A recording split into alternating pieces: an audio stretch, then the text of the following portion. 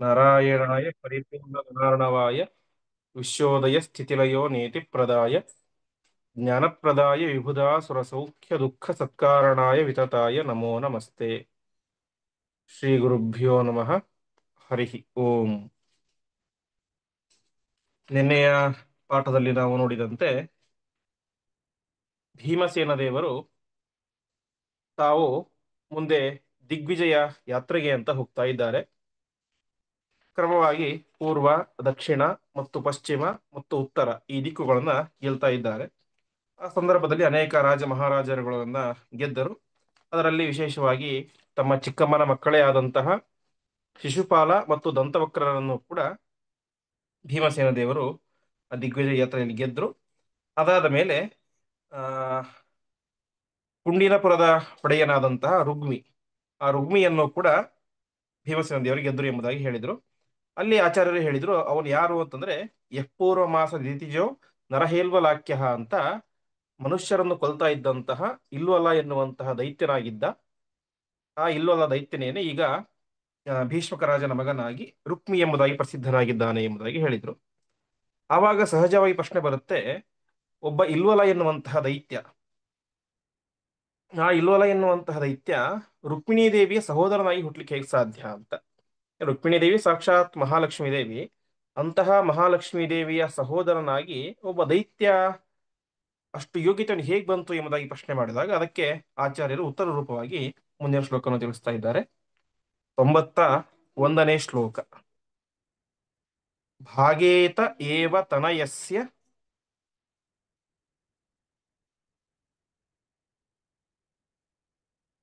ಸ ಏವ ವನ್ಹೇಃ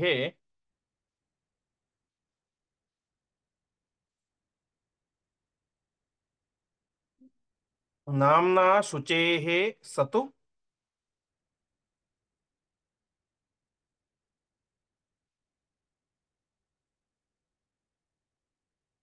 ಪಿತಾಸ್ಯಹಿ ಮಿತ್ರಭಾಗಃ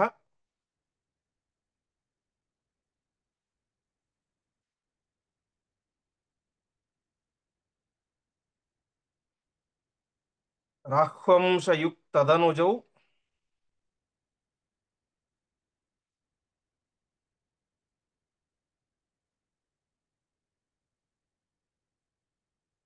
ರಥ ಕೈಶಿಕಾಖ್ಯೌ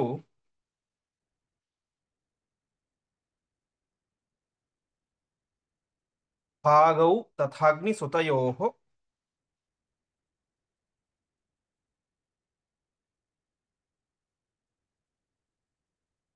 ಪವಮಾನಶುಂಧ್ಯೋಃ.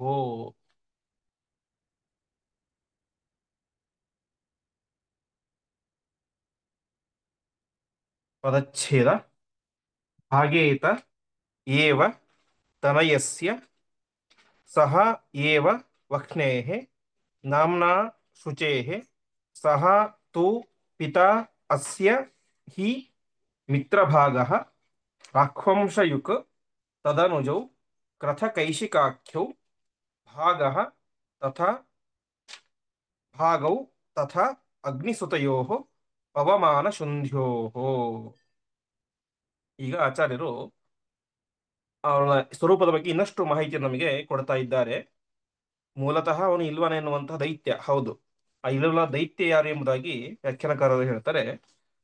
ಭಾಗವತದಲ್ಲಿ ಬರುವಂತೆ ಹ್ಲಾದಸ್ಯ ಧರ್ಮ ನಿರ್ಭಾರ್ಯ ಸೋತ ವಾತಾಪಿ ಮಿಲ್ವಲಂ ಅಂತ, ಈ ಇಲ್ವಲ ಯಾರು ಅಂತಂದ್ರೆ ಪ್ರಹ್ಲಾದನ ತಮ್ಮ ಒಬ್ಬ ಇದ್ದ, ಹ್ಲಾದ ಅಂತ. ಹ್ಲಾದನ ಮಗ ಇವನು. ಹ್ಲಾದಸ್ಯ ಧರ್ಮ ನಿರ್ಭಾರ್ಯಾಂ ಅಸೂತ ವಾತಾಪಿ ಬಿಲ್ವಲಂ ಯೋಗಸ್ತಸ್ಯಾಪ್ಯತಿತಯೇ ಪೇಚೆ ವಾತಾಪಿ ಬಿಲ್ವಲಹ ಅಂತ ಭಾಗವತದ ಷಷ್ಠಸ್ಕಂದದಲ್ಲಿ ಬರುತ್ತೆ. ಹೀಗೆ ಪ್ರಹ್ಲಾದನ ತಮ್ಮನ ಮಗ ಈ ಇಲ್ವಲ. ಈ ಇಲ್ವಲನೇನೆ ಏನಾಗಿ ಹುಟ್ಟಿದ್ದ, ರುಕ್ಮಿಯಾಗಿ ಹುಟ್ಟಿದ್ದ.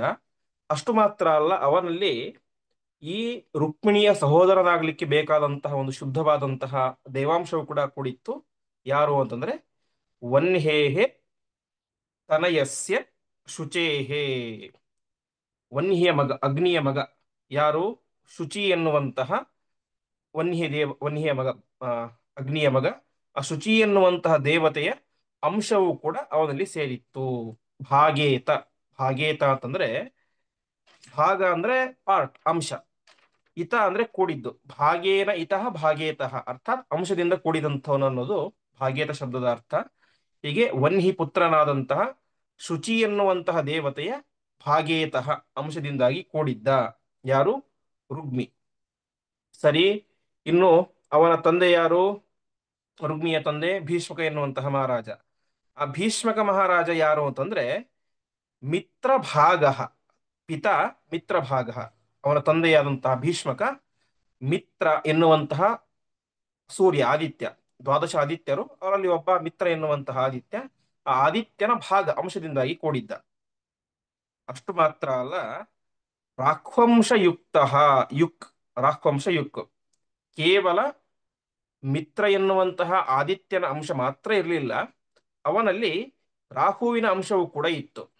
ಹೀಗೆ ಮಗನಾದಂತಹ ರುಗ್ಮಿಯಲ್ಲಿ ಇಲ್ವಲ, ಅದೇ ಇಲ್ವಲ ಅವನ ಅವತಾರ. ಇಲ್ವಲ ಅದೇ ರೀತಿಯಾಗಿ ಆ, ಶುಚಿ ಎನ್ನುವಂತಹ ದೇವತೆಯ ಅಂಶ ಇತ್ತು. ತಂದೆಯಲ್ಲಿ ಮಿತ್ರ ಎನ್ನುವಂತಹ ಆದಿತ್ಯನ ಅಂಶ ಇತ್ತು, ಅದೇ ರೀತಿಯಾಗಿ ರಾಹುವಿನ ಅಂಶವೂ ಕೂಡ ಇತ್ತು. ಅದಾದ ಮೇಲೆ ತದನುಜವು ಅಂದ್ರೆ ಭೀಷ್ಮಕ ಮಹಾರಾಜನಿಗೆ ಇಬ್ಬರು ತಮ್ಮಂದಿರಿದ್ದರು, ಕ್ರಥ ಮತ್ತು ಕೈಶಿಕ ಅಂತ. ಅವರಿಬ್ಬರು ಯಾರು ಅಂತಂದ್ರೆ ಅವರೂ ಕೂಡ ಅಗ್ನಿಸುತಯೋಹೋ ಪವಮಾನ ಶುಂಧ್ಯೋಹೋ ಭಾಗವು. ಒಟ್ಟು ಅಗ್ನಿಗೆ ಮೂರು ಜನ ಮಕ್ಕಳು. ಆ ಯಾರು? ಶುಚಿ, ಪವಮಾನ ಮತ್ತು ಪಾವಕ ಅಂತ. ಪಾವಕದನ್ನೇ ಶುಂಧಿ ಅಂತ ಕರೀತಾರೆ. ಹೀಗೆ ಆ ಶುಚಿಯ ಅಂಶ ಇವನಲ್ಲಿ ಇತ್ತು, ಯಾರಲ್ಲಿ? ರುಗ್ಮಿಯಲ್ಲಿ. ಅದೇ ರೀತಿ ಉಳಿದ ಇಬ್ಬವರು ಯಾರು? ಪವಮಾನ ಮತ್ತು ಶುಂಧಿ ಅಂತ. ಆ ಪವಮಾನ ಮತ್ತು ಶುಂಧಿಯರ ಅಂಶ ಯಾರಲ್ಲಿ ಇತ್ತು? ಕ್ರಥ ಮತ್ತು ಕೈಶಿಕರಲ್ಲಿ ಇತ್ತು. ತದನುಜವು ಭೀಷ್ಮಕ ಮಹಾರಾಜನ ತಮ್ಮಂದಿರಾದಂತಹ ಕೃತಕೈಶಿಕರು ಯಾರು ಅಂತಂದ್ರೆ ಅವರಿಬ್ಬರು ಕೂಡ ಅಗ್ನಿಸುತಯೋಹೋ ಪವಮಾನ ಶುಂಧ್ಯೋಹೋ ಭಾಗವು. ಅವತಾರ ಅಲ್ಲ, ಅವರ ಅಂಶ ಇತ್ತು. ಹೀಗೆ ಇಲ್ವಲನ ಅವತಾರ ಯಾರು? ಆ ಈ ರುಗ್ಮಿ. ಅವನಲ್ಲಿ ಶುಚಿ ಎನ್ನುವಂತಹ ಅಗ್ನಿಪುತ್ರನ ಅಂಶ ಇತ್ತು. ಭೀಷ್ಮಕ ಮಹಾರಾಜ ಅವನಲ್ಲಿ ಮಿತ್ರ ಎನ್ನುವಂತಹ ಆದಿತ್ಯನ ಅಂಶ ಇತ್ತು, ಜೊತೆಗೆ ರಾಹುವಿನ ಅಂಶವೂ ಕೂಡ ಇತ್ತು. ಆ ಭೀಷ್ಮಕನ ತಮ್ಮಂದಿರಾದಂತಹ ಕಥ ಮತ್ತು ಕೈಶಿಕರಲ್ಲಿ ಮತ್ತೆ ಅದೇ ಅಗ್ನಿಯ ಮಕ್ಕಳಾದಂತಹ ಪವಮಾನ ಮತ್ತು ಶುಂಧಿ ಎನ್ನುವಂತಹ ದೇವತೆಗಳ ಅಂಶ ಇತ್ತು ಅಂತ ಆಚಾರ್ಯರು ಒಟ್ಟಿನಲ್ಲಿ ಆ ಭೀಷ್ಮಕ ಮಹಾರಾಜನ ಪರಿವಾರದ ಒಂದು ಹಿನ್ನೆಲೆಯನ್ನ, ಅವರಲ್ಲಿ ಯಾವ ಯಾವ ದೇವತೆಗಳ ಅಂಶ ಇತ್ತು, ದೈತ್ಯರ ಅಂಶ ಇತ್ತು ಎಂಬುದಾಗಿ ತಿಳಿಸ್ತಾ ಇದ್ದಾರೆ. ಹೀಗೆ ಭೀಷ್ಮಕ ವಾಸ್ತವಿಕವಾಗಿ ಸಾತ್ವಿಕನಾದಂತಹ ವ್ಯಕ್ತಿ. ಹಾಗಿದ್ದರೂ ಕೂಡ ತನ್ನ ಮಗನಾದಂತಹ ರುಗ್ಮಿಯ ಮಾತನ್ನ ಕೇಳಿ ಶಿಶುಪಾಲನೆಗೆ ಮಗಳನ್ನ ಕೊಡ್ಲಿಕ್ಕೆ ಒಪ್ಪಿಕೊಂಡ ಒಂದು ಹಂತದಲ್ಲಿ. ಅದಕ್ಕೆ ಕಾರಣ ಏನು ಅಂತಂದ್ರೆ ಒಳಗಡೆ ಇದ್ದಂತಹ ಈ ರಾಹು ಎನ್ನುವಂತ ದೈತ್ಯನ ಅಂಶ ಎಂಬುದಾಗಿ ವ್ಯಾಖ್ಯಾನಕಾರರು ತಿಳಿಸ್ತಾರೆ. ಒಟ್ಟಿನಲ್ಲಿ ಈ ರೀತಿಯಾಗಿ ಅವರೆಲ್ಲರೂ ಕೂಡ ಅಗ್ನಿಯ ಮಕ್ಕಳು ಮೂರು ಜನರು ಕೂಡ ಈ ಭೀಷ್ಮಕನ ಮನೆಯಲ್ಲಿ ಒಂದೊಂದು ಅಂಶದಿಂದಾಗಿ ಹುಟ್ಟಿದ್ದರು ಅಂತ. ಹೀಗೆ ಆ ಹಿಂದೆ ನಮಗೆ ಪ್ರಧಾನ ಪ್ರಶ್ನೆ ಬಂದಿದ್ದೇನು? ರುಗ್ಮಿ ಆ ರುಕ್ಮಿಣಿಯ ಸಹೋದರನಾಗಿ ಹುಟ್ಟಲಿಕ್ಕೆ ಅವನಲ್ಲಿ ಏನು ಯೋಗ್ಯತೆ ಇತ್ತು ಅಂತ ಅದಕ್ಕೆ ಹೇಳ್ತಾ ಇದ್ದಾರೆ. ಇಲ್ಲಿ ಶುಚಿ ಎನ್ನುವಂತಹ ಅಗ್ನಿಪುತ್ರನ ಅಂಶ ಎಂಬುದು ರುಗ್ಮಿಯಲ್ಲಿ ಇತ್ತು. ಹಾಗಾಗಿ ಏನಾದ, ಅವನು ರುಗ್ಮಿಣಿ ದೇವಿಯ ಸಹೋದರನಾಗಿ ಹುಟ್ಟಲಿಕ್ಕೆ ಸಾಧ್ಯ ಆಯಿತು ಎಂಬುದಾಗಿ ಆಚಾರ್ಯರು ನಿರ್ಣಯವನ್ನು ಕೊಡ್ತಾ ಇದ್ದಾರೆ. ಹೀಗೆ ಅಂತಹ ರುಗ್ಮಿಯನ್ನು ಕೂಡ ಭೀಮಸೇನ ದೇವರು ತಮ್ಮ ದಿಗ್ವಿಜಯ ಯಾತ್ರೆಯ ಸಂದರ್ಭದಲ್ಲಿ ಗೆದ್ದರು. ಮುಂದೆ ಬಂಧೋ ನಿಜಸ್ಯತು ಬಲಂ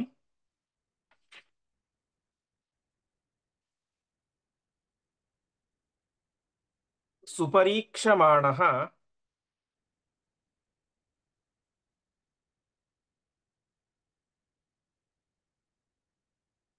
ಶಲ್ಯೋಪಿ ತೇನ ಯುಧೆ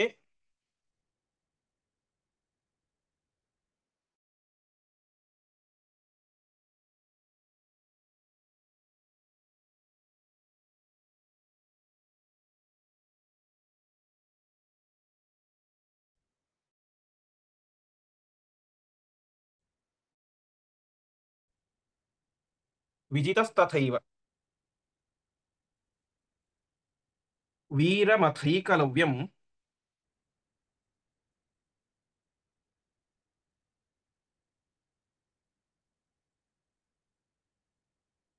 ಸರ್ವೇ ನೃಪಾಶ್ಚ ವಿಜಿತಾಃ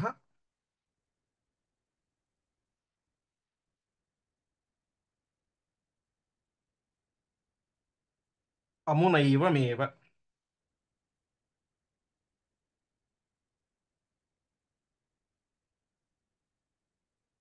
ತದಚ್ಛೇದ ಬಂಧೋಃ ನಿಜಸ್ಯ ತು ಬಲಂ ಸುಪರೀಕ್ಷಮಾಣಃ ಶಲ್ಯಃ ಅಪಿ ತೇನ ಯೂಧೆ ವಿಜಿತಃ ತಥಾ ಏವ ಭೀಮಃ ಜಿಗಾಯ ಯುಧಿ ವೀರಂ ಅಥ ಏಕಲವ್ಯಂ ಸರ್ವೇ ನೃಪಾಃ ಚ ವಿಜಿತಾಃ ಅಮುನಾ ಏವಂ ಏವ. ಅದಾದ ಮೇಲೆ ಶಲ್ಯನ ಪ್ರಸಂಗ. ದಿಗ್ವಿಜಯ ಯಾತ್ರೆಯಲ್ಲಿ ಶಲ್ಯನ ಜೊತೆಗೂ ಕೂಡ ಭೀಮಸೇನರು ಯುದ್ಧ ಮಾಡಿದರು. ಶಲ್ಯನಿಗೆ ಭೀಮಸೇನ ಮೇಲೆ ಏನೋ ದ್ವೇಷ ಮುಂತಾದವುಗಳು ಇರಲಿಲ್ಲ. ಹಾಗಿದ್ದರೂ ಕೂಡ ಯುದ್ಧ ಮಾಡಿದರು. ಯಾಕೆ ಯುದ್ಧ ಮಾಡಿದರು ಅಂತ ಆಚಾರ್ಯರು ಕಾರಣವನ್ನು ತಿಳಿಸ್ತಾ ಇದ್ದಾರೆ. ಭೀಮಸೇನ ಏನು ಹೊರಗಿನವನಲ್ಲ ಶಲ್ಯನಿಗೆ. ನಿಜಸ್ಯ ಬಂಧೋಹೋ, ತನಗೆ ಅತ್ಯಂತ ಹತ್ತಿರದ ಬಂಧು. ಯಾಕೆಂದ್ರೆ ಶಲ್ಯನ ತಂಗಿ ಮಾದ್ರಿ. ಆ ಮಾದ್ರಿ ಭೀಮನಿಗೆ ಚಿಕ್ಕಮ್ಮ ಆಗಬೇಕು. ಹಾಗಾಗಿ ತನ್ನ ಬಂಧು. ಹಾಗಾಗಿ ಅವನ ಬಲವನ್ನ ಪರೀಕ್ಷೆ ಮಾಡಬೇಕು. ನನ್ನ ತಂಗಿಯ ಮಗ ಒಂದು ರೀತಿಯಲ್ಲಿ. ಹಾಗಾಗಿ ಅವನ ಬಲವನ್ನು ಪರೀಕ್ಷೆ ಮಾಡಬೇಕಾದ್ರೆ ನನಗೆ ಸಂತೋಷ ಆಗಬೇಕು ಅಂತ ಶಲ್ಯ ಏನ್ ಮಾಡಿದ, ಅವನ ಬಲವನ್ನ ಪರೀಕ್ಷೆ ಮಾಡಲಿಕ್ಕೆ ಅಂತ ತೇನ ಯೂಧೆ, ಭೀಮಸೇನ ದೇವರೊಟ್ಟಿಗೆ ಯುದ್ಧವನ್ನ ಮಾಡಿದ. ಯುದ್ಧದಲ್ಲಿ ಏನಾದ, ವಿಜಿತ, ಸೋತು ಬಿಟ್ಟ, ಅರ್ಥಾತ್ ಶಲ್ಯ ಸೋತ. ಅದಾದ ಮೇಲೆ ಭೀಮಸೇನ ದೇವರು ಮತ್ತೆ ಮುಂದೆ ಏಕಲವ್ಯಂ ವೀರಂ, ಮಹಾವೀರನಾದಂತಹ ಏಕಲವ್ಯನೊಟ್ಟಿಗೆ ಯುದ್ಧ ಮಾಡ್ತಾರೆ. ಅದರಲ್ಲೂ ಕೂಡ ಗೆಲ್ತಾರೆ. ಹೀಗೆ ಸರ್ವಾನ್ ನೃಪಾಶ್ಚ ವಿಜಿತಾಹ ಅಮುನಾ ಏವಮೇವ. ಅಮುನಾ ಅಂದ್ರೆ ಇವರಿಂದ, ಅರ್ಥಾತ್ ಭೀಮಸೇನಿಂದಾಗಿ ಎಲ್ಲ ಮಹಾರಾಜರು ಕೂಡ ಸೋತರು. ಹೀಗೆ ಶಲ್ಯನೊಟ್ಟಿಗೆ ಯುದ್ಧ ಮಾಡಿದ, ಅದರಲ್ಲೂ ಗೆದ್ದ. ಏಕಲವ್ಯನೊಟ್ಟಿಗೆ ಯುದ್ಧ ಮಾಡಿದ, ಅದರಲ್ಲೂ ಕೂಡ ಗೆದ್ದ. ಹೀಗೆ ಯಾರ್ಯಾರೊಟ್ಟಿಗೆ ಭೀಮಸೇನ ದೇವರು ಯುದ್ಧ ಮಾಡ್ತಾ ಇದ್ರು ಆ ಎಲ್ಲ ಮಹಾರಾಜರನ್ನು ಕೂಡ ತಾನು ಪರಾಭವಗೊಳಿಸಿದ. ಮುಂದೆ ತದ್ಬಾಹು ವೀರ್ಯ ಪರಿಪಾಲಿತ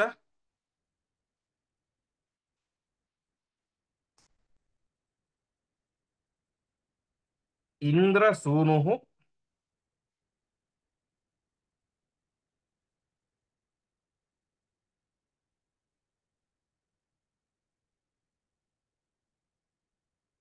ಶೇಷಾನ್ ನೃಪಾಂಶ್ಚ ಸಮಜೈತ್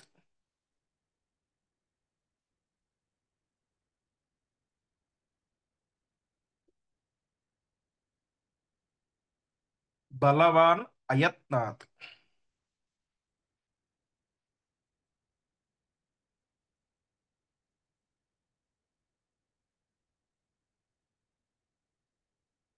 ಸಾಲ್ವಂ ಚ ಹಂಸಡಿಭಿಕೌ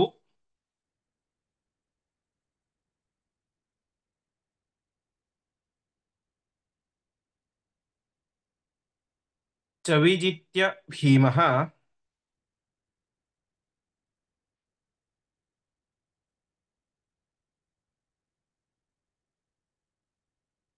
ನಾಗಾಹ್ವಯಂ ಪುರಮಗಾತ್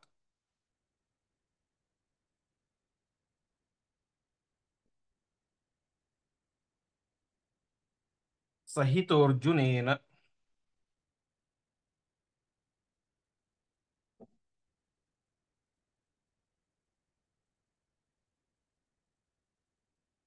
ಪದಚ್ಛೇದ ತದ್ಬಾಹುವೀರ್ಯ ಪರಿಪಾಲಿತ ಇಂದ್ರಸೂನುಃ ತದ್ಬಾಹುವೀರ್ಯ ಪರಿಪಾಲಿತಃ ಇಂದ್ರಸೂನುಃ ಶೇಷಾನ್ ನೃಪಾನ್ ಚ ಸಮಜೈತ್ ಬಲವಾನ್ ಅಯತ್ನಾತ್ ಸಾಲ್ವಂ ಚ ಹಂಸಡಿಭಿಕೌ ಚ ವಿಜಿತ್ಯ ಭೀಮಃ ನಾಗಾಹ್ವಯಂ ಪುರಂ ಅಗಾತ್ ಸಹಿತಃ ಅರ್ಜುನೇನ. ವಾಸ್ತವಿಕವಾಗಿ ಭೀಮಸೇನ ಒಬ್ಬನೇ ದಿಗ್ವಿಜಯ ಯಾತ್ರೆಗೆ ಹೋಗಿದ್ದಲ್ಲ, ಅರ್ಜುನನ ಜೊತೆಗೆ ಅವನು ಹೋಗಿದ್ದ. ಅರ್ಜುನ ಮತ್ತು ಭೀಮ ಇಬ್ಬರು ಕೂಡ ಸೇರಿಕೊಂಡು ಅಲ್ಲಿಗೆ ಹೋಗಿದ್ದರು. ಪ್ರಧಾನವಾಗಿದ್ದದ್ದು ಸಹಜವಾಗಿ ಭೀಮನ ಪಾತ್ರವೇನೆ. ಹಾಗಾಗಿ ಭೀಮಸೇನನ ಬಗ್ಗೆ ಆಚಾರ್ಯರು ವಿಶೇಷವಾಗಿ ಹೇಳಿದರು. ಇಂದ್ರ ಸೋನುಹು ಅಂದ್ರೆ ಇಂದ್ರನ ಮಗನಾದಂತಹ ಅರ್ಜುನ, ತದ್ಬಾಹು ವೀರ್ಯ ಪರಿಪಾಲಿತ, ಅವನನ್ನ ಯಾರಿಗೂ ಕೂಡ ಮುಟ್ಲಿಕ್ಕೆ ಆಗ್ತಾ ಇರಲಿಲ್ಲ, ಅಷ್ಟು ಪರಾಕ್ರಮಶಾಲಿ ಅರ್ಜುನ. ಯಾಕೆ ಅಂದ್ರೆ ಅವನ ಹಿಂದೆ ತದ್ಬಾಹು ವೀರ್ಯ ಪರಿಪಾಲಿತ, ಭೀಮಸೇನನ ಭುಜಬರ ಪರಾಕ್ರಮದಿಂದಾಗಿ ಅವನು ಪರಿಪಾಲಿತನಾಗಿದ್ದ. ಅರ್ಥಾತ್ ಭೀಮಸೇನ ಅವನನ್ನು ಕಾಪಾಡ್ತಾ ಇದ್ದ. ಆ ಕಾರಣದಿಂದಾಗಿ ಅರ್ಜುನ ಎಲ್ಲರನ್ನು ಕೂಡ ಗೆಲ್ತಾ ಇದ್ದ ಹೊರತು ಅವನಿಗೆ ಅಷ್ಟು ಉತ್ಕೃಷ್ಟವಾದಂಥ ಬಲ ಇರಲಿಲ್ಲ. ಹಾಗಾಗಿ ತದ್ಬಾಹು ವೀರ್ಯ ಪರಿಪಾಲಿತ ಇಂದ್ರಸೂನು ಶೇಷಾನ್ ನೃಪಾಂಶ್ಚ, ಅವನು ಅಳಿದುಳಿದ ಕೆಲವು ರಾಜರನ್ನು ಕೂಡ, ಶೇಷರಾದಂತಹ ರಾಜರನ್ನು ಕೂಡ ಅವನೇ ಮಾಡಿದ. ಅಯತ್ನಾತ್ ಸಮಜಯಿತ್, ಅವನೇನು ತೀರಾ ಪರಾಕ್ರಮಶಾಲಿ ಅಲ್ಲವೇ ಅಲ್ಲ ಅಂತ ಅರ್ಥ ಅಲ್ಲ, ಒಳ್ಳೆ ಪರಾಕ್ರಮಶಾಲಿಯೇನೆ, ಬಲವಾನ್ ಅವನು ಕೂಡ. ಆದರೆ ಭೀಮಸೇನ ಅವನನ್ನು ನಿರಂತರವಾಗಿ ರಕ್ಷಣೆ ಮಾಡ್ತಾ ಇದ್ದ, ಹಾಗಾಗಿ ಅವನಿಗೆ ಯಾವ ತೊಂದರೆ ಕೂಡ ಬರಲಿಲ್ಲ.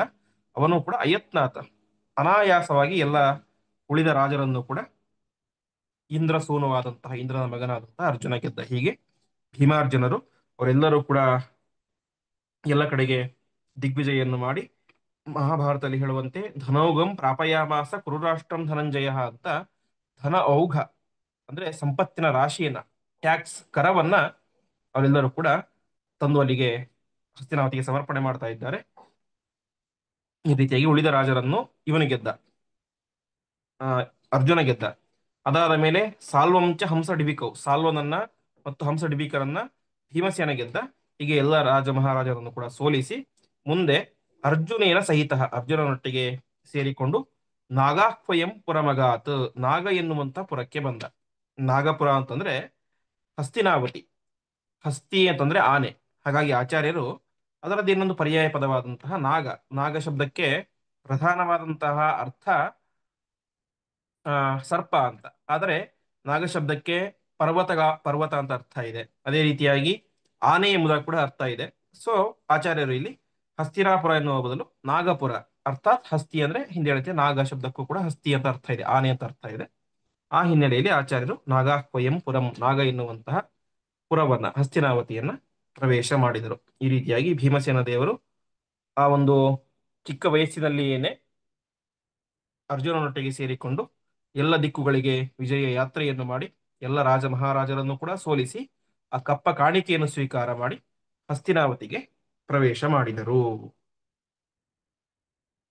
ಮುಂದೆ ತದ್ಬಾಹು ವೀರ್ಯಮಥ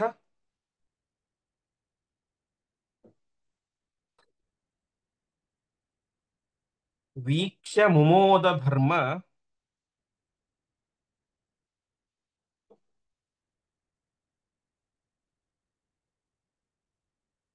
ಸೂನು ಸಮಾತೃ ಯಮಜೋ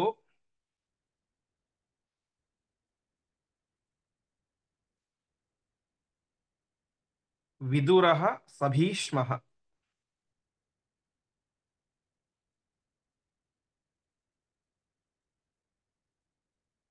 ಅನ್ಯೇ ಚ ಸಜ್ಜನಗಣಾಃ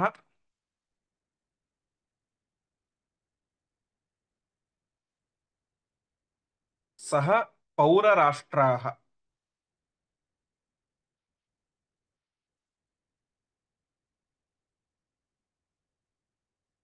ಶ್ರುತ್ವೈವ ಸರ್ವ ಯದವಃ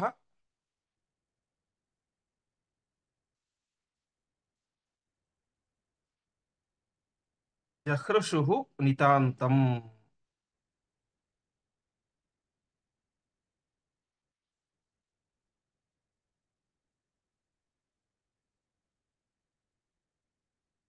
ಪದಚ್ಛೇದ. ತದ್ಬಾಹುವೀರ್ಯಂ ಅಥ ವೀಕ್ಷ್ಯ ಮುಮೋದ ಧರ್ಮಸೂನುಃ ಸಮಾತ್ರಯಮಜಃ ವಿದುರಃ ಸಭೀಷ್ಮಃ ಅನ್ಯೇ ಚ ಸಜ್ಜನಗಣಾಃ ಸಹ ಪೌರರಾಷ್ಟ್ರಾಃ ಶ್ರುತ್ವಾ ಏವ ಸರ್ವಯದವಃ ಜಹೃಷುಃ ನಿತಾಂತಂ. ಹೀಗೆ ಭೀಮಸೇನ ಮತ್ತು ಅರ್ಜುನ ಇಬ್ಬರೂ ಕೂಡ ದಿಗ್ವಿಜಯ ಯಾತ್ರೆಯನ್ನು ಮಾಡಿ ಎಲ್ಲ ಮಹಾರಾಜರನ್ನು ಕೂಡ ಸೋಲಿಸಿ ಕಪ್ಪ ಕಾಣಿಕೆಯನ್ನು ಹೊತ್ತು ತಂದಿದ್ದಾರೆ. ಅವರ ಅಂತಹ ಅದ್ಭುತವಾದಂತಹ ಬಾಹುಬಲವನ್ನು, ಪರಾಕ್ರಮವನ್ನು ನೋಡಿ ಎಲ್ಲರಿಗೂ ಕೂಡ ಭಾರಿ ಸಂತೋಷ ಆಯಿತು ಅಂತೆ. ಯಾರ್ಯಾರು? ಧರ್ಮಸೂನುಹು, ಧರ್ಮದೇವತೆಯ ಮಗನಾದಂತಹ ಯುಧಿಷ್ಠಿರನಿಗೂ ಭಾರಿ ಖುಷಿ ಆಯಿತು. ಸ ಮಾತೃ ಯಮಜಃ, ಸಮಾತೃ ಅಂದ್ರೆ ಕುಂತಿ ದೇವಿಗೆ, ಅದೇ ರೀತಿ ಯಮಜ, ಯಮಜ ಅಂದ್ರೆ ಯಮ ಅಂದ್ರೆ ಅವಳಿ ಜವಳಿ ಅಂತ, ಈ ನಕುಲ ಮತ್ತು ಸಹದೇವರಿಗೂ ಭಾರಿ ಆನಂದ ಆಯಿತು.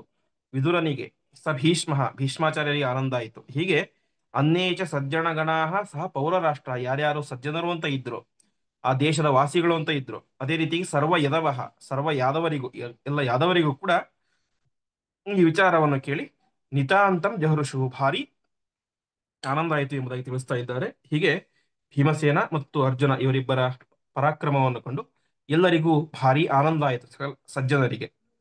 ಸಹಜವಾಗಿ ಈ ಯಾರಿಗೆ ದುರ್ಯೋಧನ ಮುಂತಾದಂಥವರಿಗೆ ಅದರಿಂದ ಭಾರಿ ವಿಷಾದವೂ ಕೂಡ ಆಯಿತು. ಆಚಾರ್ಯ ಅದನ್ನು ಹೇಳಿಲ್ಲ, ಆದರೆ ಅದು ಅರ್ಥಾತ್ ಸಿದ್ಧ.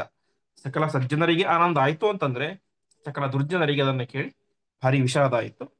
ಈ ರೀತಿಯಾಗಿ ಭೀಮಸೇನ ಮತ್ತು ಅರ್ಜುನ ಇಬ್ಬರು ಕೂಡ ಆ ಒಂದು ಚಿಕ್ಕ ವಯಸ್ಸಿನಲ್ಲಿಯೇ ತಮ್ಮ ಅದ್ಭುತವಾದಂತಹ ಭಾವ ಪರಾಕ್ರಮದಿಂದಾಗಿ ಎಲ್ಲ ರಾಜ್ಯದ ಜನತೆಯನ್ನ, ಅಷ್ಟು ಮಾತ್ರ ಅಲ್ಲ ಸಕಲ ಯಾದವರಿಗೂ ಕೂಡ, ಯಾದವರು ಯಾಕೆ ಖುಷಿ ಪಟ್ರು ಅಂತಂದ್ರೆ ಮೂಲ ವಂಶ ಯಯಾತಿಯಿಂದ ಬಂದಿದ್ದು. ಯಯಾತಿಯ ಮಗ ಯದು, ಅವನಿಂದ ಬಂದದ್ದ ವಂಶ ಯಾದವರ ವಂಶ. ಇನ್ನೊಬ್ಬ ಮಗ ಪುರು ಅಂತ, ಅವನಿಂದ ಬಂದಂತಹ ವಂಶ ಕೌರವರ ವಂಶ. ಹಾಗಾಗಿ ತಮ್ಮ ವಂಶದ ಮೂಲ ಬಂದು ಇನ್ನು ಸಹಜವಾಗಿ ಪಾಂಡವರು ಅಂತಂದ್ರೆ ಎಲ್ಲರಿಗೂ ಅದು ಖುಷಿಯನ್ನು ಕೊಡುವಂತ ವ್ಯಕ್ತಿಗಳೇನೆ. ಸಕಲ ಸಜ್ಜನರೇ ಎಲ್ಲರೂ ಕೂಡ ಅತ್ಯಂತ ಪ್ರೀತಿಯಿಂದ ಕಾಣುವಂತಹ ವ್ಯಕ್ತಿಗಳು ಪಾಂಡವರು. ಆ ಒಂದು ಕಾರಣದಿಂದಾಗಿಯೂ ಕೂಡ ಯಾದವರಿಗೆ ಖುಷಿ ಆಯಿತು. ಇನ್ನೊಂದು ಪ್ರಧಾನ ಕಾರಣ, ಕೃಷ್ಣನಿಗೆ ಪಾಂಡವರು ಅಂತಂದ್ರೆ ತುಂಬಾ ಖುಷಿ, ಸೋದರತ್ತೆ ಮಕ್ಕಳು. ಆ ಒಂದು ಹಿನ್ನೆಲೆಯಲ್ಲೂ ಕೂಡ ಯಾದವರಿಗೆ ಭಾರಿ ಖುಷಿ ಆಯಿತು ಎಂಬುದಾಗಿ. ಮುಂದೆ ಕೃಷ್ಣ ಸುಯೋಧನ ಮುಖ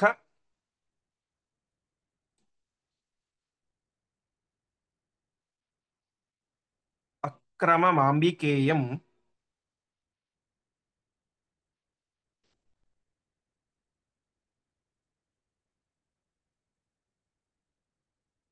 ಜಾನನ್ ಸ್ವಪುತ್ರ ವಶ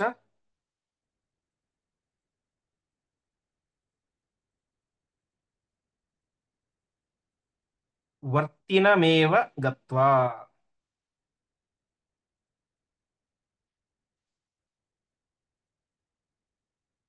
ಸ್ವಾಫಲ್ಕಿನೋ ಗೃಹಮಮುಂ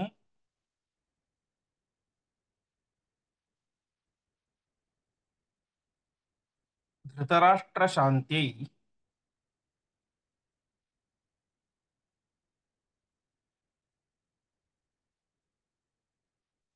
ಗಂತುಂ ದಿದೇಶ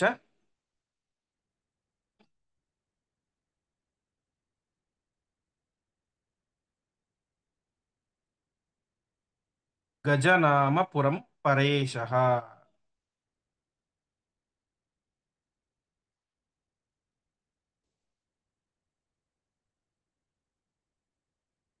ಪದಚ್ಛೇದ.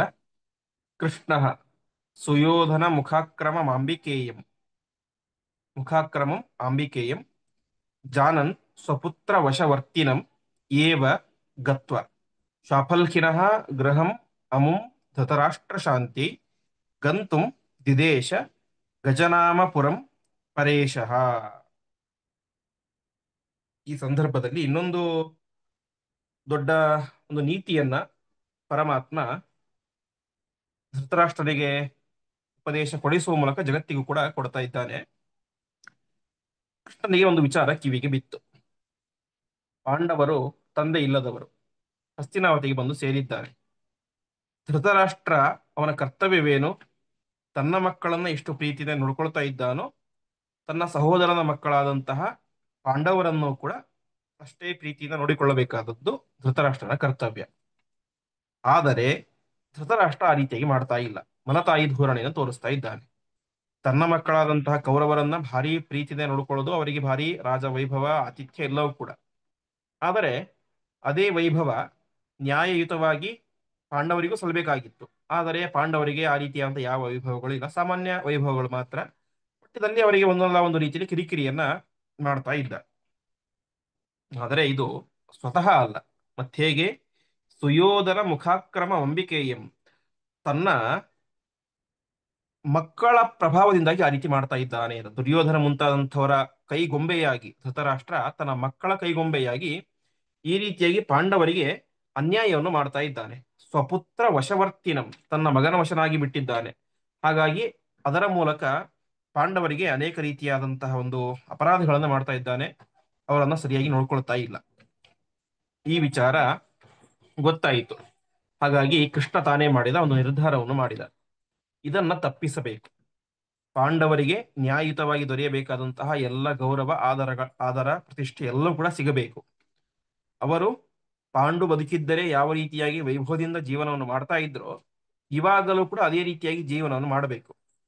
ಅದಾಗಬೇಕು ಅಂತಂದ್ರೆ ಧೃತರಾಷ್ಟ್ರನಿಗೆ ಬುದ್ಧಿ ಹೇಳಬೇಕು. ಹಾಗಾಗಿ ತಾನೇನ್ ಮಾಡಿದ, ನೇರವಾಗಿ ಶ್ವಾಪಲ್ಖಿನಃ ಗೃಹಂ ಗತ್ವಾ, ಶ್ವಾಪಲ್ಖಿ ಅಂದ್ರೆ ಅಕ್ರೂರ, ಸ್ವಪಲ್ಕರ ಮಗ, ಅವನ ಮನೆಗೆ ಹೋದ. ಅವನ ಮನೆಗೆ ಹೋಗಿ ಏನ್ ಮಾಡಿದ, ಧೃತರಾಷ್ಟ್ರ ಶಾಂತಿ, ಧೃತರಾಷ್ಟ್ರ ಅವನಿಗೆ ಬಂದಿರುವಂತಹ ಕೆಟ್ಟ ನಡತೆ ಅದು ದೂರ ಆಗಬೇಕು. ಅವನು ತನ್ನ ಮಕ್ಕಳ ಕೈಗೊಂಬೆಯಾಗಿ ಪಾಂಡವರಿಗೆ ಅನ್ಯಾಯವನ್ನು ಮಾಡ್ತಾ ಇದ್ದಾನೆ, ಅದು ಹೋಗಬೇಕು. ಹಾಗಾಗಿ ನೀನು ಗಜನಾಮಪುರಂ ಗಂತುಂ ದಿದೇಶ, ಹಸ್ತಿನಾವತಿಗೆ ನೀನು ಹೋಗಿ ಅದೆಲ್ಲವನ್ನು ಕೂಡ ಸರಿ ಮಾಡಬೇಕು ಅಂತ ಕೃಷ್ಣ ಏನ್ ಮಾಡಿದ, ಅಕ್ರೂರನಿಗೆ ಹೇಳಿದ ಅಂತೆ. ಹೀಗೆ ಅಕ್ರೂರನ ಮೂಲಕ ಅದೆಲ್ಲವನ್ನು ಕೂಡ ಸರಿ ಮಾಡಿಸಬೇಕು ಅಂತ ಕೃಷ್ಣ ತಾನು ನಿರ್ಧಾರವನ್ನು ಮಾಡಿ ಅವರನ್ನ ಕಳಿಸಿದ. ಮುಂದೆ ಸೋಯಾತ್ ಗಜಾಹ್ವಯಮಂ ಗಜಾಹ್ವಯಂ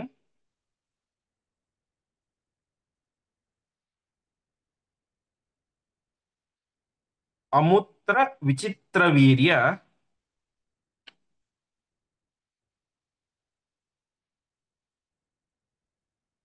ಪುತ್ರೇಣ ಭೀಷ್ಮ ಸಹಿತೈಃ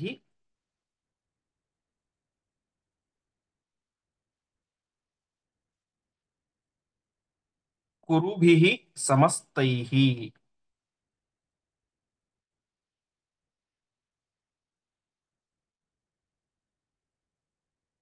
ಸಂಪೂಜಿತಃ ಕತಿಪಯಾನ್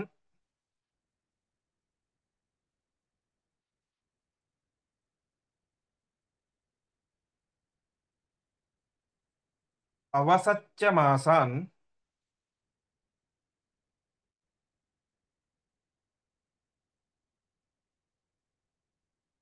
ಜ್ಞಾತುಂ ಹಿ ಪಾಂಡುಷು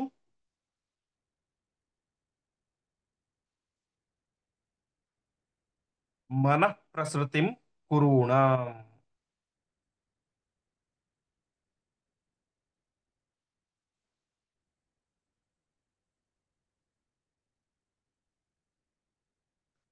ಪದಚ್ಛೇದ ಸಹ ಆಯಾತ್ ಗಜಾಹ್ವಯಂ ಅಮುತ್ರ ವಿಚಿತ್ರವೀರ್ಯಪುತ್ರೇಣ ಭೀಷ್ಮಸಹಿತೈಃ ಕುರುಭಿಃ ಸಮಸ್ತೈಃ ಸಂಪೂಜಿತಃ ಕತಿಪಯಾನ್ ಅವಸತ್ ಚ ಮಾಸಾನ್ ಜ್ಞಾತುಂ ಹಿ ಪಾಂಡುಷು ಮನಃ ಪ್ರಸೃತಿಂ ಕುರೂಣಾಂ. ಪರಮಾತ್ಮನ ಮಾತನ್ನ ಶಿರಸ ವಹಿಸಿದಂತಹ ಅಕ್ರೂರ ತಾನು ಗಜಾಹ್ವಯಂ ಅಗಾತ್, ಹಸ್ತಿನಾವತಿಗೆ ಹೋದ. ಅಲ್ಲಿಗೆ ಹೋದಾಗ ವಿಚಿತ್ರವೀರ್ಯ ಪುತ್ರ ಅರ್ಥಾತ್ ಧೃತರಾಷ್ಟ್ರ ಮತ್ತು ಭೀಷ್ಮಾಚಾರ್ಯರು ಎಲ್ಲ ಕೌರವರು ಕೂಡ ವಿಶೇಷವಾಗಿ ಅವನಿಗೆ ಮಾಡಬೇಕಾದಂತಹ ಸಂಪೂಜಿತ ಆದರ ಗೌರವಗಳನ್ನ ಪೂಜೆಗಳನ್ನ ಮಾಡಿದರು. ಅದಾದ ಮೇಲೆ ಈ ಆ, ಅಕ್ರೂರ ಏನ್ ಮಾಡಿದ, ಹೋದ ತಕ್ಷಣ ಏನೋ ಅವನು ಆಕ್ಷೇಪ ಮಾಡಿದ, ನೀನು ಪಾಂಡವರನ್ನು ಚೆನ್ನಾಗಿ ನೋಡ್ಕೊಳ್ತಾ ಇಲ್ಲ ಹಾಗೆ ಹೀಗೆ ಅಂತ. ಅವನೇ ಮಾಡಿದ, ಕತಿಪಯಾನ್ ಮಾಸಾನ್ ಅವಸತ್, ಅಲ್ಲಿ ಕತಿಪಯಾನ್ ಕೆಲವು ಅಂತ, ಕೆಲವು ತಿಂಗಳ ಕಾಲ ಅಲ್ಲಿ ವಾಸವಾಗಿದ್ದ ಅಂತೆ. ಯಾಕೆ ವಾಸವಾಗಿದ್ದ ಅಂತಂದ್ರೆ ಪಾಂಡುಷು ಮನಃಪ್ರಸೃತಿಂ ಕುರುಣಾಂ, ಈ ಕೌರವರಿಗೆ ಮತ್ತು ಧೃತರಾಷ್ಟ್ರನಿಗೆ ಪಾಂಡುಷು, ಪಾಂಡುವಿನ ಮಕ್ಕಳಲ್ಲಿ ಯಾವ ರೀತಿಯಾದಂತಹ ಮನಃಪ್ರವೃತ್ತಿ ಮನಃಪ್ರಸೃತಿ ಅವರ ಮನಸ್ಸಿನಲ್ಲಿ ಏನಿದೆ ಅಂತ ತಿಳ್ಕೊಳ್ಬೇಕು ಅಂತ ತಾನೇ ಸ್ವತಃ ಅಲ್ಲಿ ಕೆಲವು ತಿಂಗಳುಗಳ ಕಾಲ ವಾಸ ಮಾಡಿದ ಎಂಬುದಾಗಿ ಆಚಾರ್ಯ ತಿಳಿಸ್ತಾ ಇದ್ದಾರೆ. ಅಂದ್ರೆ ಒಬ್ಬ ವ್ಯಕ್ತಿ ತನ್ನ ತಾನು ಇನ್ನೊಬ್ಬರ ಮುಂದೆ ಬೇರೆ ರೀತಿಯಾಗಿ ತೋರಿಸ್ಕೊಳ್ಬಹುದು. ತುಂಬಾ ದುಷ್ಟನಾಗಿದ್ರೆ ಸಾತ್ವಿಕನಂತೆ ಒಂದು ದಿವಸ ಇರಬಹುದು, ಒಂದು ವಾರ ಇರಬಹುದು, ಒಂದು ತಿಂಗಳಿರಬಹುದು. ಆದರೆ ದಿನಗಳು ಜಾಸ್ತಿ ಆಗ್ತಾ ಆಗ್ತಾ ಹೋದಂಗೆ ಒಬ್ಬ ವ್ಯಕ್ತಿಯ ಒಂದು ನಿಜವಾದಂತ ವ್ಯಕ್ತಿತ್ವ ಇನ್ನೊಬ್ಬರ ಮುಂದೆ ಅನಾವರಣಗೊಂಡೇ ಬಿಡುತ್ತೆ. ಸ್ವಲ್ಪ ದಿವಸ ಮುಚ್ಕೊಳ್ಬಹುದು, ಒಂದು ವಾರ, ಒಂದು ತಿಂಗಳು. ಆದರೆ ತುಂಬಾ ದಿವಸವಿದ್ರೆ ಖಂಡಿತವಾಗಿ ಕೂಡ ಒಬ್ಬ ವ್ಯಕ್ತಿಯ ನಿಜವಾದ ವ್ಯಕ್ತಿತ್ವ ಅನಾವರಣ ಆಗೇ ಆಗುತ್ತೆ. ಆ ಹಿನ್ನೆಲೆಯಲ್ಲಿ ಅಕ್ರೂರ ತಾನೇ ಮಾಡಿದ, ಅವನು ಒಳ್ಳೆ ನೀತಿಶಾಸ್ತ್ರಜ್ಞನಾಗಿದ್ದ. ಹಾಗಾಗಿ ಸುಮ್ಮನೆ ಹೋದ ತಕ್ಷಣ ನೀವು ಪಾಂಡವರಿಗೆ ಹಾಗೆ ಮಾಡ್ತಾ ಇದ್ದೀರಿ, ಹೀಗೆ ಮಾಡ್ತಾ ಇದ್ದೀರಿ, ಅನ್ಯಾಯ ಮಾಡ್ತಾ ಇದ್ದೀರಿ ಅಂತ ನೇರವಾಗಿ ಗಲಾಟೆ ಮಾಡಲಿಲ್ಲ ಅಥವಾ ಉಪದೇಶವನ್ನು ಮಾಡಲಿಲ್ಲ. ಅನೇಕ ತಿಂಗಳ ಕಾಲ ಅಲ್ಲಿ ವಾಸವಾಗಿದ್ದ. ಯಾಕೆ ಅಂತಂದ್ರೆ ಪಾಂಡವರ ನಿಜವಾದಂತಹ ಕಷ್ಟಗಳೇನು, ಅದೇ ರೀತಿಯಾಗಿ ಕೌರವರಿಗೆ ಪಾಂಡವರ ಮೇಲೆ ಯಾವ ರೀತಿಯಾದಂತಹ ಅಭಿಪ್ರಾಯ ಇದೆ, ಧೃತರಾಷ್ಟ್ರ ಪಾಂಡವರನ್ನು ಯಾವ ರೀತಿ ನೋಡ್ಕೊಳ್ತಾ ಇದ್ದಾನೆ ಅಂತ ಯಾರದ್ದೋ ಮಾತನ್ನ ಕೇಳಿ ನಿರ್ಧಾರ ಮಾಡೋದು ಬೇಡ, ನಾನೇ ಸ್ವತಃ ಗಮನಿಸಿ ಆ ಧೃತರಾಷ್ಟ್ರನಿಗೆ ಸರಿಯಾದಂತಹ ಮಾರ್ಗದರ್ಶನವನ್ನ ಉಪದೇಶವನ್ನ ಮಾಡೋಣ ಅಂತ ಈ ಹಿನ್ನೆಲೆಯಲ್ಲಿ ಅಕ್ರೂರ ತಾನೇ ಮಾಡಿದ. ಅನೇಕ ತಿಂಗಳುಗಳ ಕಾಲ ಆ ಹಸ್ತಿನಾವತಿಯಲ್ಲಿ ವಾಸವಾಗಿದ್ದ ಎಂಬುದಾಗಿ ತಿಳಿಸ್ತಾ ಇದ್ದಾರೆ. ಅದಾದ ಮೇಲೆ ಅವನು ಏನನ್ನು ಅಲ್ಲಿ ಗಮನಿಸಿದ, ಐಡೆಂಟಿಫೈ ಮಾಡಿದ, ಅದಾದ ಮೇಲೆ ಅದನ್ನು ಹೇಗೆ ಪರಿಹಾರ ಮಾಡಲಿಕ್ಕೆ ಪ್ರಯತ್ನ ಮಾಡಿದ ಎನ್ನುವಂಥ ವಿಚಾರವನ್ನ ಮತ್ತೆ ನಾವು ನಾಳೆ ಪಾಠದಲ್ಲಿ ನೋಡೋಣ ಎಂಬುದಾಗಿ ಹೇಳ್ತಾ ಇಂದಿನ ಪಾಠವನ್ನ ಶ್ರೀಕೃಷ್ಣಾರ್ಪಣ.